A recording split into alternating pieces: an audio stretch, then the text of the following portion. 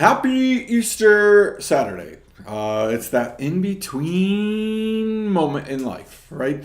I've talked a lot about that over the last few years, about that whole, what are you doing while Jesus is in the tomb, right? There is 3 days of eeriness, right? This whole plan goes sideways to people. You probably know exactly what I'm talking about here on Nightly Nonsense. We try to make some sense out of all of this, right? There are times when we are so sure of God's plan for our life, and then something happens and it seems to all go sideways. For all these disciples, for all these people who had lined the streets, right? For all of these turncoats, right, who decided to yell crucify after. They had watched Jesus and watched him and watched him and watched him and watched him and watched him, right? Some of them, if not all of them, had benefited from his ministry, right? Lots of these people had been healed from things, released from things, right? Prison break all over the place. Jesus had done all of this stuff.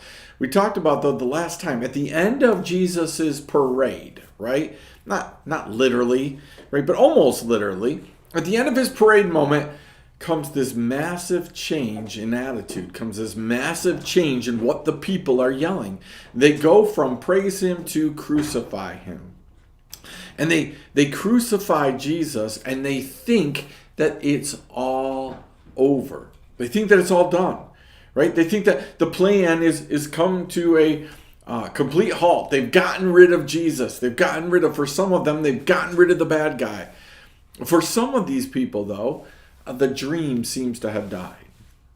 This vision of Jesus setting up this kingdom, ruling the world, bringing peace and harmony and all of these things, right? It just suddenly ended.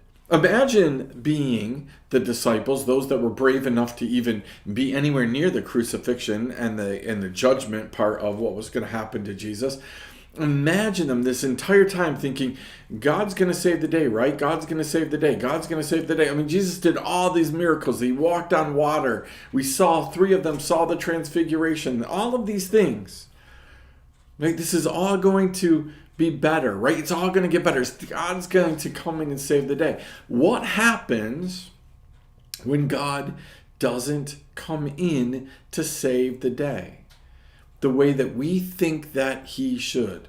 What happens when the loved one passes away? What happens when we lose the job? What happens when the relationships break up? What happens when the ministry doesn't work the way we want it to? What happens when the kids don't turn out the way that we imagined that it would?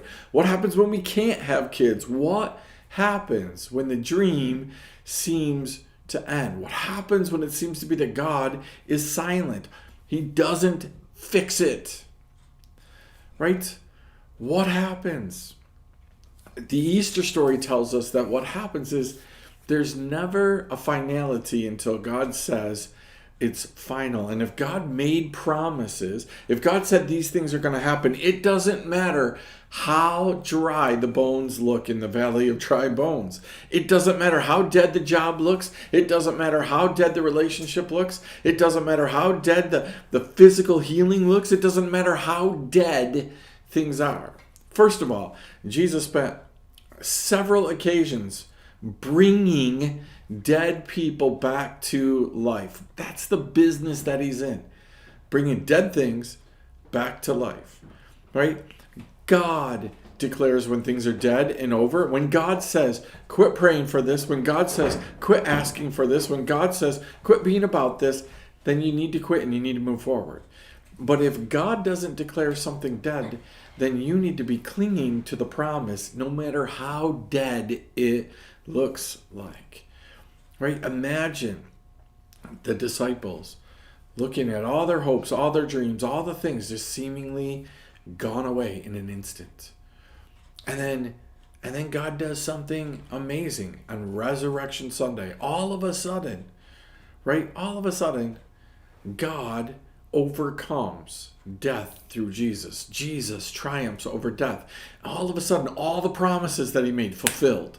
Everything fulfilled. In 1 second, 1 moment, one tiny little act of God and the obedience of Jesus. So be careful that when the crowd turns on you and starts yelling crucify, be careful, number one, that you don't give in to the crowd and change everything you're doing and change the way you're doing it. And I must have been wrong, right? Because it didn't go the way that you or anybody else thought it should. What happens when the fans turn on you? You got to have stick to itness. You got to have stick to it. I know that this is what God said. Hold on, cling to that promise. What happens not only when the crowd turns on you, but what happens when the job looks dead, the relationship looks dead, the kids look dead, the financial stuff looks dead, all of the things.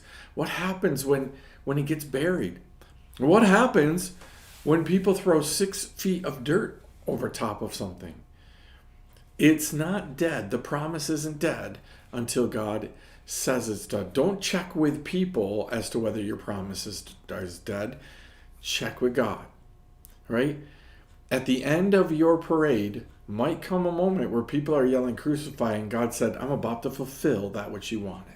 It might look like it's all falling apart. It might look like the worst case scenario. It might look like not the way of God, but God might show up in and through that.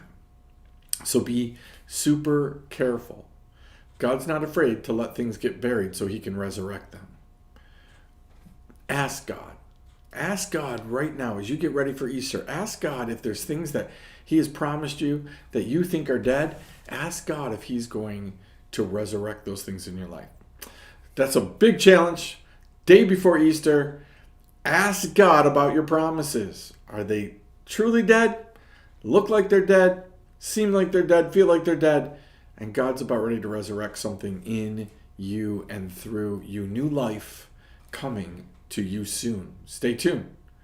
We'll see you next time. Nightly Nonsense.